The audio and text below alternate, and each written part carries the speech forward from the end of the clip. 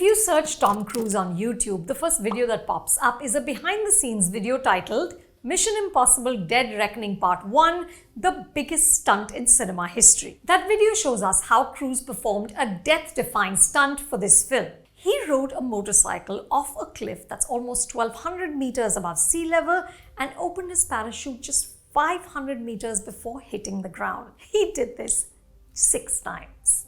In the first few seconds of the video, Cruise says it all comes down to one thing: the audience. At 61, Cruise is so determined to make us happy that he's willing to risk his life for it. And here's the thing, he delivers.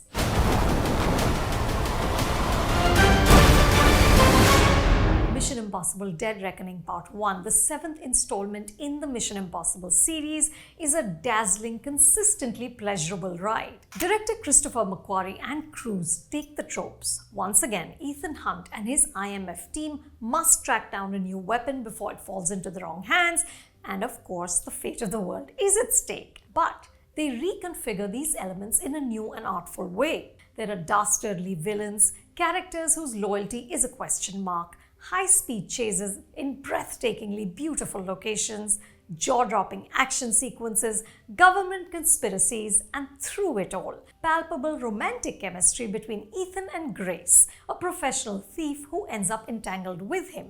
She, Ethan, and several others are in search of two halves of a mysterious key that will unlock untold power. This franchise, which started in the hands of Brian De Palma, has been steered by McQuarrie since 2015's Rogue Nation. The director, his charismatic hero, and the demands of these gigantic action movies seem to be perfectly in sync.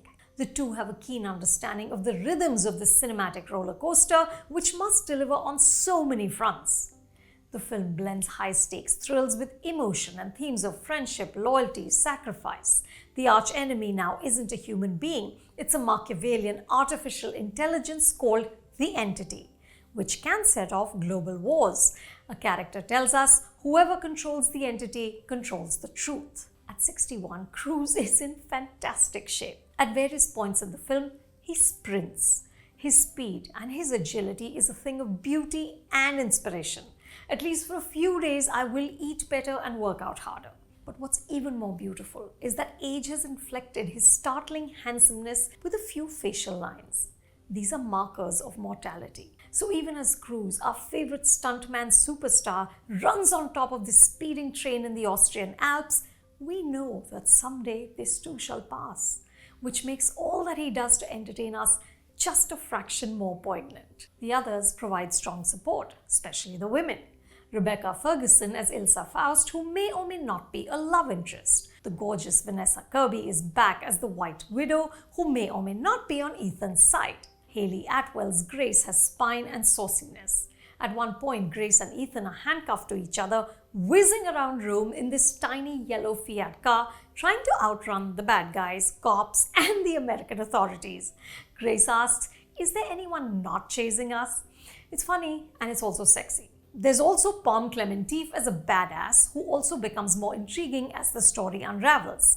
Simon Pegg and Ving Rhames return as Benji and Luther. And Isai Morales stars as the prime baddie with whom Ethan goes one-on-one on a speeding train, which made me smile. Because no matter how high-tech and big-budget action films get, eventually it all boils down to one man against another. Part 2 of Mission Impossible Dead Reckoning will be released next year.